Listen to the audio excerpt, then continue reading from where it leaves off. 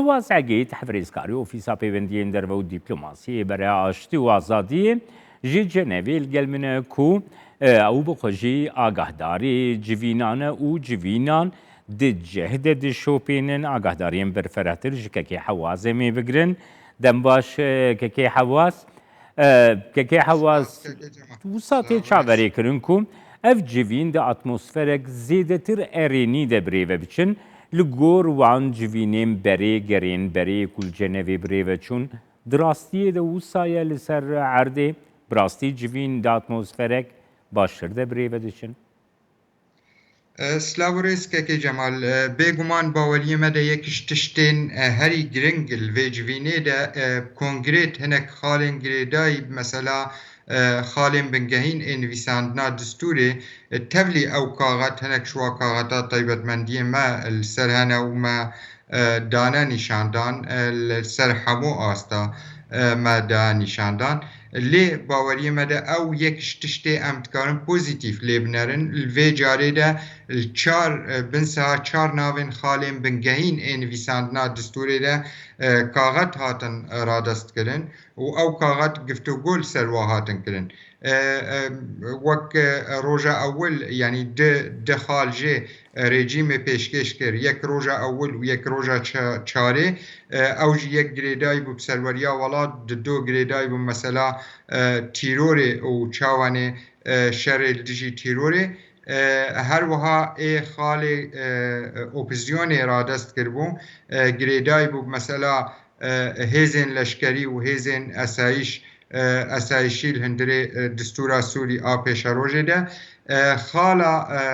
روژا سیا آجواکا سویل بو گریدای بو بسروریا یاسایی بێگومان هەر کاغاتێک شووە کاغاتا تایبەتمەندیên me ser wa hene hinek kaxet şwa tiştê têde hatibûn baweriyê me de taybet kaxetên rejîmê ne xalên girêdayî bû mesela xalên bingehîn ê distûrê de ji xeynî mesela nav wek xalek bingehîn a distûrê lê navaroka wê baweriyê me de tinê em dikarin bêjin hinek nerînên ایدولوژی سیاسی وک پارتیا ایرو سروریه الهندره سوری دتکی و دستهلات الهندره سوری ده افریجیما باوری مده حتی رادا کی و هبون اویل کمیته دستوری ده جی باوری مده و کنجی جناب وجید زانه طیبت روابون خوا نبگشتید بینه یکی سیا روابون خود بینه الهندره سوریا ده هیوی ایدولوژیا جبری 2011 نزیکی مثلا نویسا دستورید به اف آلیه پوزیتیف وقت بجه هبونا خالن سرکه آلیه دی ای باوریه مده یعنی هی هنک دم جيرد في ام بكارن بيجن هفكرن ويتشي بي السر مسألة خالن بنجهين اي دستوري جبر بگومانا مده حکم الکاغات رژیم بنیرن کاغات رژیم را دست کربون او کاغات سر بنگاه ایدولوژی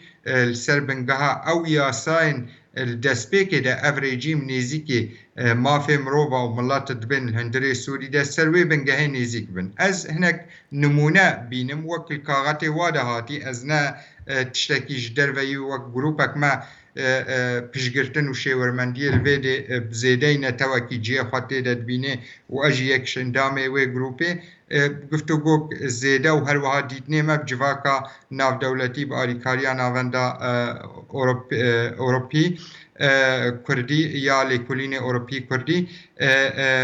یعنی هنک تایبەتمەندیە مای کنگرێت سەر هەر خاڵێک شوانە یەک مەسەن کاغەتا یەکیا سەروەریا سووری دە ڕێجیمی دبێژێ کۆمارا سووری اف ناسنما کۆمارا سووری خوا گرێدا مەسەلا ناسنما سووری و ناسنما سووری دەمێ سووری هاتی ئاواکردن حتانها مڵەتی سووری نەکاریە گفتوگۆیەکی هەبرە ناسنما سووری بدێ ناسکردن وەختێ کۆمارا عەرەبی سووری دێ ناسکردن بەئالیکی تنێ ڤەگرێدێ باوەریە مەدە یەک خاڵێ بنگەهین ئێ سەروەریا وڵاتە ئاگرێدا باوەریا مڵات و سوريا وك ولاتك زيدين نتوكي وأولك الهندريويدا باوريا مدى أفريجين وك دستلات نروا وك ما قلت يك السير روابونا خوا الهندري سوريا دا بيني قور هبونا وي الهندري كوميتا دستوري دا خوازه وی نرینه خوا فرض بکه سر ملت سوری و او جینای قبول کرن و نه خالق گریده ایرادا ملت سوری یک شرک نویت لیدا مجارك ياكو كك حواز من دخواست ام بزانبن نها كوميتيا وبخجي بيشنيارك كوداي او اوبوزيوني هبو ايكو تبخوا اماده كربو او بيشنيار جريداي روشا ارتشي و دزگهی نمنی آسایشی دوی چرچوه ده دکاره لسر وی پروژه گو تا پیشکش کریان جی کاغذات تا پیشکش کری آگاهداریم برفرهتر جی بدیم اما که جمال بگمان یعنی از بلکی پیوتن چار کاغت هنه هر کاغتک نرینک ما وک کومیتا شورمندی آلوید حاضر هر کاغتک ما طیبتمندی خوال سردانین و او طیبتمندی خوشی بگمان ما هفبار کرد چل اندامن کومیتا دستوری بشه اپوزیونه را چه اندامن جواکا سویره چه بره خستنین نونرین جواکا ناف دولتی ایرو طیبت بلکی ده نونرین جواکا ناف دولتی ایرو مدیتن چه امریکی چه اوروپی ولاتن اوروپا جدا جدا ما کندی یابانی وقت بیجه مدیتن نرین خواه طیبت لسر هر کاغتک شوا کاغتا دی کاغتا رژیم باوری مده کاغتک سیاسی ایدئولوژی بو نگریدای بو بسروریا ولاد و ایشوش مسئله دستوری نبو دانستاندنک تشتی ایرود بی نه دانستاندنک تکر و تخوازن خالکی بنگهیم تخوازه بستنه دستلاتا وی رژیم هایی خورد بکه نه سروریا ولاد خورد بکه تخوازه اراده ملاد بده نا قبول ناکه یکش ملت بفکره برنگه کش نناوندیه یان ریوبریا خوسری یان چه رنگه یک هلبجارتنا رنگ ریوبریا ولات قبول ناکه و مسئله قانون جنایی یان یاسای جنایی و عقوباتا تیخی ناو مسئله دستوری ده و او شخوا بگمان نای قبول کنن کاغتا اپوزیونی آگریدای مسئله لشکری و پاراستنی باوری مده گرک رژیم کاغتک گریدای خالا دموکراسی و پیشکش کربا لی باور گور وافیم کربو مثلا کاغتک رژیم برهابه و گریده ها و کاغتکی مسئله راشکری و پاراستنی و گریده لی تبلیولو باوری مده او کاغت هنک تشتین گلکی کنگریت و پوزیتیف تیده هبو مسئله گریدانا بی آلیا هزین لشکری مسئله گریدانا کاری وی مسئله مافی مروفا و هاتی گریدان لی امد بیجن تبلیویجی مج اپوزیون رجی نرینا خودانیشاندان هنک تشت هبون گرکل کاغتا اپوزیون ده زیده تر بهاتا یک چاودیریا دستهلاتا ملت و اوجی دنیا حمیده دستلاتا ملت آروا برلمان يعني وك عربي نابلت كان سلطات تشريعي السر هيزن لشكري وكوميتين طيبت ايشاف دار سر ددو بوستين السركة ای پاراستنی آن ای اسایش آن ای گروپین لشکری باوری مده گرک رولک هیزا پرلمان سلطات تشریعی السر هبه و دست نشان کرناوا گرک خالک هبا التیده هاتبان ویساندن نقبول کرنا ترنگا هیزین لشکری تبلی پارتین سیاسی ببه کاغتا سیا جواکا سویل بو باوری مده کاغتا کی گلک تشتی باش تیده هبو لی طیبت من طیبینی ما لسر خالاسی کاغتا جواکا سویل هبو خالاسی دبیجن الهفکرنین ناف دولتی و یاساین ناف دولتی البن دستورنا و السر یاساین نشتیمانی داره باوریا مده وقتی سوریا وقت ولاتک وقت ولات ام دبیجن امزد که سر هف پیمان ناف دولتی بشکه هیز و جواکا ناف دولتی گرکه بریارین هیزا ناف دولتی سر دستوری ربه او مطرسی کی تهله اجبرویه که ما بواره گفتوگوک فرح کرد و جواکا ناف دولتی رژیمه کرد گرک افخال برنگه که دی نیزیک بون نجیره چه بی تبلی اوجی هنک نرینێ و تایبینێ وها گرێدن مثلا یاسای ناو دەولەتی مثلا پاراستنا مافێ مرۆڤ لێ گومانەمەدە تەنێ ئەف خاڵ وەک تایبینی سەر بوو خاڵە ئیرۆ ڕێژیمێ پێشکەش کردبوو سەر مثلا تیرۆرێ باوەری ئێمەدە هەنکی ئەوژی بهتر کاغاتێک سیاسی بوو گرێدای بوو براوشا ئیرۆ نەگرێدای بوو وێ چاوانێ خاڵک بنگەهینش دستورێرە وەرێ دانین ئێمەژی نەرینێکمە هەبوو ماو کاغاتەخوا گفتوگۆ و هەفبار کرد بهێزن ناودەولەتی و هەروەها ئەندامێن کۆمیتا دستوری چه بەشێ ئۆپۆزیۆنێ چه بەشێ ڕێخستنا جڤاکە سڤیرە یەک خاڵ گەرەکە پڕەنگا نەیە قبولکردن مەسەلا تیرۆرێ و مەسەلا هشمەندیە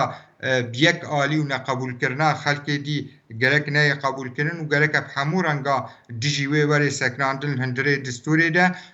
و تێ بریار سەر ئەساسێ جدابوون لەسەر ئەساسێ ڕەنگ یان نەتەو یان ئۆل نە بووی ڕەنگی نێزیک نەبێ و چ کاری بووی ڕەنگی ببێ کارێکی تیرۆر ئەمە بوی ڕەنگی خاڵێخوا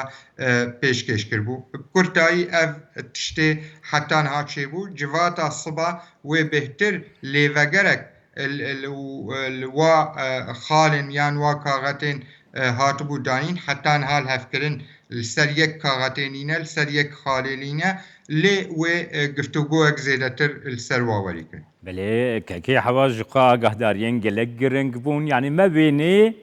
جivînê em tê gihiştin niha wêneyekî çawaye temaşavanî me xwedî agahdariyin baştir bûn li ser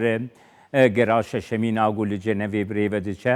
kekê hewaz ev civîn heta hengî dê berdewam bike gelo wext jêre hatiye diyarkirin û çi behs dê bênekirin di van rojên pêş de civat siba roja dawiye ji vê qonaxa civatê re wê hek imkanî hebe giftugok neh li hindirê wê civatê de dîsanê ser wa kaxeta bêkirin gelo ka çi wek hev hatiye gotin ji beşê cida cida ê hindirê komîta piçûk a distûrê de bêguman nûnerê me wek Encûmana Niştimanî Kurdî û ne tenê wek encûman wek birastî Asûrî jî dibînin nûnerê xwe ji ber nûnerê Asûriya Kongrêt li hindirê wê komîtê de nîne û hevalek Asûrî jî mere bi hindirê vê komîta piştgirtinê û şêwermendiyê de her wiha dîtinê xwe civaka navdewletî re û hemû kesî re jî dê nîşandan nûnerê Kurd mamoste Kamîran ew wek nûnerê Asûrî jî ne tenê nûnerê Encûmana Niştimanî Kurdî taybetmendiya bi hemû renga de ser hemû kaxeta helwesta xwe dê nîşandan û siba jî dîsa wek ji berî niha axaftin siba jî wê dîsa axaftinek wî hebe hêviyê me imkaniya wekî dibêje hevkirinekî li ser heta wek xalekî jî çêbê hevbeş nabêne her sê beşa de lê ez baweriyê xweş de dibêjim kekê Cemal diyar e yanî hê hinekî dem jêre divê lê tiştê belkî pozîtîv zehmet kekê hewaz lê her wiha yani civata navdewletî yekîtiya Ewropa netewêniyê girtî dibêjin ku rewşa şer li Sûriye gelek berferehtir bûye di rewşa ku sadegera şeşemîn birêve diçe gelo ev yek bandorê li civînan dikê kekê hewaz bêguman kekê Cemal yanî navaroka civatê de belkî li yek rojê de sê deverên cida rêveberîn cida lê çêdibin me dît tiştine cida cida çê ew tiştê bûyerê li Şamê çêbû bûyerê li Erîha devera Idlibê çêbû bûyerê li Kobanê çêbû ev hemî bi rastî diyar e yanî her yek wekî dibêje dixwaze kaxetê xwe ez dikarim tiştekî vê deverê de bikim mixabin yanî hûn zanin rola hêzên navdewletî rolek xurtel mesela Sûrî de û em vê wê li ber çava bigirin û rola tesîra wê jî bêguman negelkî pozîtîv e hetan hal va civatên komîta distûrî de lê ez dikarim yek tiştê bêjim gor dîtinê Rûsa û helwestên Rûsa li vê civatê de Rûs din diyarkirin wek yekî fişara li ser rejîmê dike tên diyarkirin ev civat ji niha heta dawiya salê bikê mayî di civatê dî wê hebin û vê hinek pêşveçûn mesela karê li ser komîta distûrî